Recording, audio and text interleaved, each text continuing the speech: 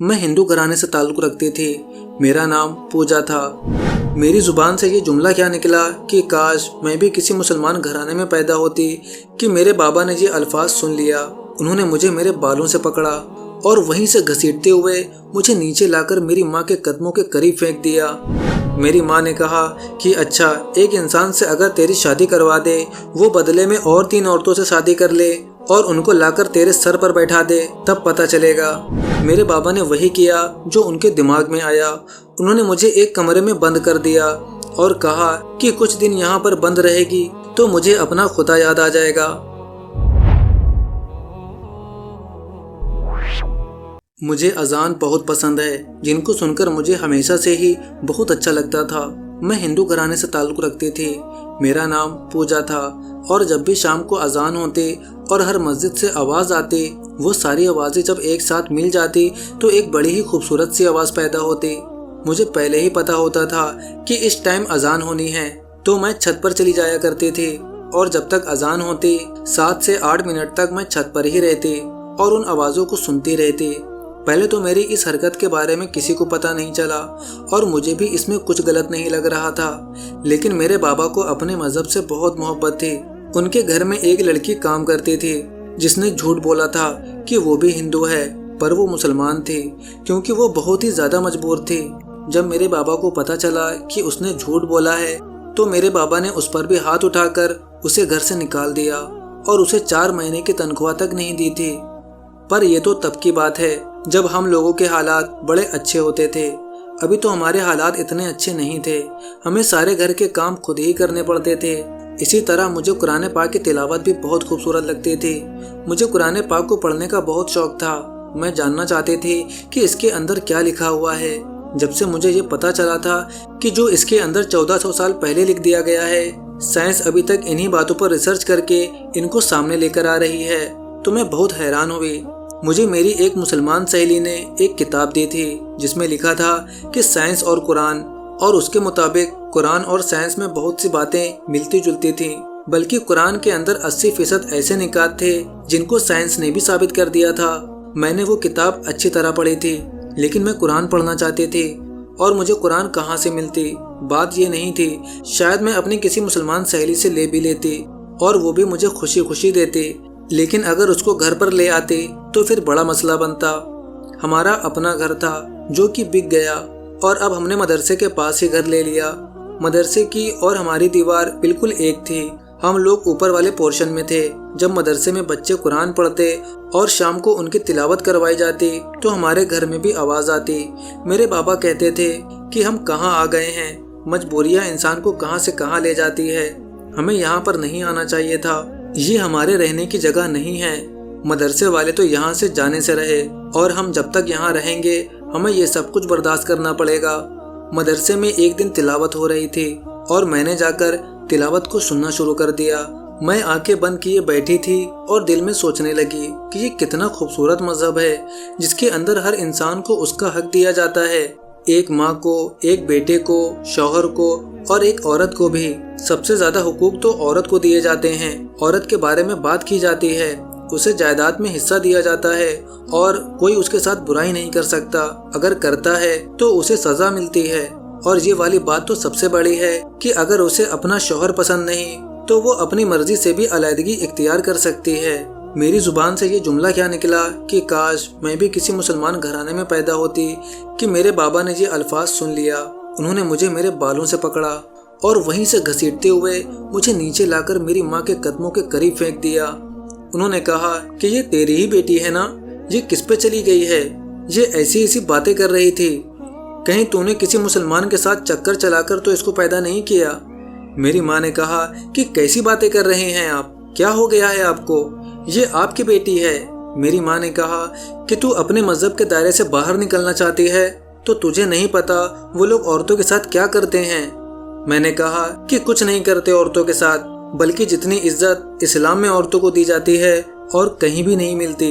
मेरी माँ ने कहा कि जब गर्मी सर्दी में बुर्का पहन के चलना पड़ेगा और सांस नहीं आएगी तब पता चलेगा। मैंने कहा कि अच्छी बात है, जो बुर्का पहनती हैं वो महफूज रहती हैं, वरना कैसे कैसे लोग उनको देखते हैं, नजरें उनके जिस्म का तवाफ करती हैं। लेकिन अगर वो बुर्के में होती हैं तो कोई उनको देख नहीं पाता, वो जहाँ चाहे वहाँ जा सकती हैं। मेरी माँ ने कहा कि अच्छा, एक इंसान से अगर तेरी शादी करवा दे, वो बदले में और 3 औरतों से शादी कर ले और उनको लाकर तेरे सर पर बैठा दे, ये भी बड़ी अच्छी बात है। मैंने कहा कि हाँ, क्योंकि पूरी दुनिया में औरतें ज्यादा हैं, मर्द कम हैं। अगर इस तरह सारी औरतों की शादी हो जाती है और उनका घर बस जाता है तो फिर क्या मसला है। इस्लाम ने कहा है कि आप अपनी सारी बीवियों को अलग अलग भी रख सकते हैं और वही मर्द 4 शादियां कर सकता है जो इंसाफ कर सके। मेरी माँ ने अपने कानों को हाथ लगा लिया। उन्होंने कहा कि लगता है तू किसी की बातों के जेरे असर आई हुई है, इतना सब कुछ अपने पास से नहीं बोल सकती। दरअसल ये सब कुछ मैंने उसी किताब से पढ़ा था। मेरी अम्मी को लगा कि कोई मेरी जिंदगी में है जो मुझे इन सारी चीज़ों की तरफ रागिब कर रहा है और मुझे दलील दे रहा है। मेरी माँ ने कहा कि ये लड़की तो हाथ से निकल जाएगी, इसका कुछ करो। मेरे बाबा ने कहा कि अब अगर इसने नाम भी लिया ना कि इस्लाम ये है, इस्लाम वो है, तो फिर मुझसे बुरा और कोई ना होगा। 2 हफ्तों बाद मेरी माँ इस दुनिया से चली गई। उनके साथ एक हादसा हो गया। अब घर में सिर्फ मैं और मेरे बाबा ही रह गए। हम लोग बड़े परेशान थे। अम्मी की बड़ी याद आ रही थी। एक दिन जब अजान हुई तो मैं भी छत पर चली गई और मैंने आसमान की तरफ देखकर दुआ मांगना शुरू कर दी। मुझे नहीं पता था कि दुआ कैसे मांगते हैं, मुझे नहीं पता था कि मैंने क्या कहना है। मुझे बस इतना पता था कि हाथ उठाकर दुआ मांगी जाती है। मैंने अपने दोस्तों को दुआ मांगते हुए देखा था। मैं स्कूल में पढ़ती थी तो मैंने उनके साथ रोजे भी रखे थे, लेकिन उस वक्त मैं ये समझती थी कि चलो मेरी डाइटिंग हो जाएगी। लेकिन अब पता चला कि ये आपके जिस्म की नहीं बल्कि आपकी रूह की डाइटिंग होती है। आपको ये बताया जाता है कि जब कोई भूखा रहता है तो उसको कैसा महसूस होता है। बस उन्हीं से मैंने कुछ चीजें सीखी थी। मैं छत पर खड़ी होकर दुआ करने लगी। मैंने कहा कि मेरी माँ मुझे छोड़कर चली गई हैं। वो जैसी भी थी वो एक औरत थी। उसको मेरा ख्याल था। मेरा बाप बड़ा जालिम है, मेरी मदद करें, मुझे हिम्मत दें, मैं क्या करूं? मुझे कुछ समझ में नहीं आ रहा। मुझे मेरी माँ की बहुत याद आ रही है। जब मैं ये सब कर रही थी मेरे बाप ने मुझे देख लिया और फिर से मुझ पर हाथ उठाया और मुझे जबरदस्ती नीचे ले आया। अब तो नीचे मेरी माँ भी नहीं थी जिसको वो ये सब कुछ बताता और वो कहती कि मैं खुद उससे पूछ लूंगी या देख लूंगी या उससे बात करूंगी। मेरे बाबा ने वही किया जो उनके दिमाग में आया। उन्होंने मुझे एक कमरे में बंद कर दिया और कहा कि कुछ दिन यहाँ पर बंद रहेगी तो मुझे अपना खुदा याद आ जाएगा। मेरी माँ ने मुझे एक बात समझाई थी कि अपने बाप के सामने ये बातें ना किया कर, उसे अपने मजहब से बहुत मोहब्बत है, हर किसी को होती है। मैंने उस कमरे में 7 दिन गुजारे, फिर बाबा से वादा किया कि दोबारा ऐसी हरकत नहीं करूंगी, तो उन्होंने मुझे बाहर निकाल दिया। मेरी तबीयत आजकल बहुत खराब रहने लगी थी। मुझे भूख नहीं लगती थी और सर में बहुत दर्द होता था। मुझे अपने बाप के सामने ये जाहिर करने की जरूरत ही क्या थी कि मुझे कुरान मजीद की आवाज़ बहुत खूबसूरत लगती है। इस तरह तो वो मुझ पर और भी सख्ती करेंगे। इसलिए मैंने कहा कि आइंदा ऐसा कुछ नहीं करूंगी। बाबा सुबह जाते थे, शाम को आते थे, लेकिन आजकल मेरे साथ एक मसला बन गया था। घर के कमरे के अंदर थी तो तब भी मेरी तबीयत बहुत ज़्यादा खराब रही थी। शायद ये उसी का असर था कि बैठे बिठाए अचानक से ही मुझे कुछ होने लगता था। जैसे ही मैं कुरान मजीद की आवाज़ सुनती मेरा वजूद कांपने लगता और मैं बेहोश हो जाती। पहले मेरे साथ ये 2-3 दफ़ा अकेले में हुआ था। मुझे खुद ही होश आ गया। मैं उठ गई और एक दिन बाबा के सामने ही हो गया और बाबा ने जब मुझे देखा तो वो परेशान हो गए। इससे पहले कि मुझे डॉक्टर के पास ले जाते मैं खुद ही जाग गई। उन्होंने कहा कि क्या हुआ था? मैंने कहा तबीयत कुछ खराब है, समझ नहीं आ रहा। लेकिन जब दोबारा ये सब कुछ हुआ तो बाबा के साथ साथ उसकी एक रिश्तेदार भी मौजूद थी। उसने कहा कि जैसे इसने कुरान मजीद की आवाज़ सुनी ये लड़की तो बेहोश हो गई जबकि ये पूजा कर रही थी। मेरे बाबा मुझे डॉक्टर के पास ले गए। डॉक्टर ने कहा कि कुछ टेस्ट करवाने होंगे। उन्होंने हमें बड़ा अस्पताल रिकमेंड कर दिया। हमने अगले दिन वहां जाना था। रात को रिश्तेदार हमारे घर पर रुके। उसने कहा कि तुम्हारी तबीयत खराब है, मैं रुक जाती हूँ। वो मेरे बाबा से बात कर रही थी। मेरे बाबा ने उसे सब कुछ बता दिया कि पहले तो उसे खुद बड़ा शौक था, लेकिन अब जब भी ये कुरान की आवाज़ सुनती है तो इसकी हालत ऐसी ही हो जाती है। 2 बार हो चुका है, दोनों दफ़ा यही सब हुआ था। इत्तेफाक नहीं हो सकता। उसने कहा कि इसको समझाओ कि ये हिंदू घराने में पैदा हुई, इसका उन लोगों से कोई वास्ता नहीं है, वरना अगर ये इसी तरह अपने साथ करती रही तो इसकी तबीयत बहुत ज़्यादा ख़राब हो जाएगी, क्योंकि जैसे ये कुरान की आवाज़ सुनती है इसके साथ ये सब कुछ हो जाता है। मेरे बाबा ने उसकी बात सुन ली, लेकिन अगले दिन हम लोग डॉक्टर के पास भी चले गए। उन्होंने बहुत सारे टेस्ट किए और उन्होंने ऐसी बात बताई कि मैं हैरान रह गई। डॉक्टर भी मुसलमान थे। उसने कहा कि मुझे कैंसर है, वो भी आखिरी स्टेज पर है और इसी वजह से ये सब कुछ हो रहा है। मेरे बाबा तो अपना सर पकड़ कर बैठ गए।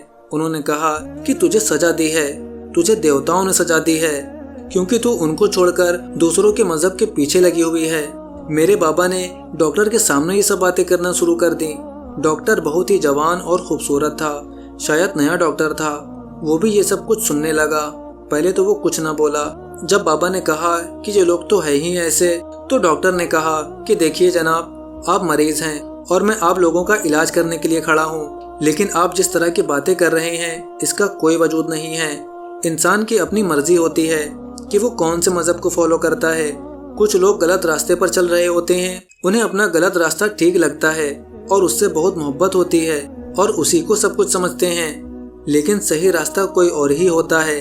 मेरे बाबा ने कहा कि तुम यहाँ पर इलाज करने बैठे हो और कहीं मुल्ला तो नहीं, लोगों को मजहब भी सिखाते हो। तुम तो अपनी जुबान बंद रखो, तुमसे अपनी बेटी का इलाज कभी नहीं करवाऊंगा। उसने कहा कि आपकी बेटी ने कुछ गलत नहीं किया, ये बीमारी किसी को भी हो सकती है और इस बीमारी के बारे में पता तब चलता है जब ये पूरे जिस्म में फैल चुकी होती है। अगर आपकी बेटी का ठीक से इलाज ना हुआ तो इस दुनिया में ज्यादा महीने नहीं रहेगी। आपकी एक बेटी है, वो भी जवान जहील है, तो आप अपनी बेटी का ख्याल करें, ना कि वजह ढूंढे कि ये सब कुछ कैसे हुआ। आप इस मसले को हल करने की कोशिश करें। मेरे बाबा को उस डॉक्टर से बड़ी चिढ़ थी। मेरे बाबा ने मेरा हाथ पकड़ा और मुझे वहाँ से ले गए, जबकि हमें उसी डॉक्टर के पास रिकमेंड किया गया था और कहा गया था कि वो बहुत अच्छा डॉक्टर है और इलाज भी बहुत अच्छे तरीके से करता है। पर बाबा ने कहा कि मर जाऊंगा पर तुम्हारा इलाज उससे नहीं करवाऊंगा, जबकि मेरे दिमाग में तो उसी डॉक्टर की बातें गूंज रही थी। वो कितने अच्छे तरीके से बोल रहा था, कितने प्यार से बात कर रहा था। मेरे बाबा ने तो क्या कुछ नहीं कहा, लेकिन उसके बोलने का अंदाज फिर भी बहुत मुअज्जब और अच्छा था। उसने जो भी कहा बड़े तरीके और सलीके से कहा था। ऐसा नहीं था कि उसने किसी की बेइज्जती की हो। बाबा किसी और अस्पताल में ले गए, लेकिन वहाँ के डॉक्टर से जब बातचीत की तो मुझे उसका रवैया बिल्कुल अच्छा नहीं लगा, क्योंकि जब उसे पता चला कि हम लोग हिंदू हैं तो उसका रवैया ही बदल गया।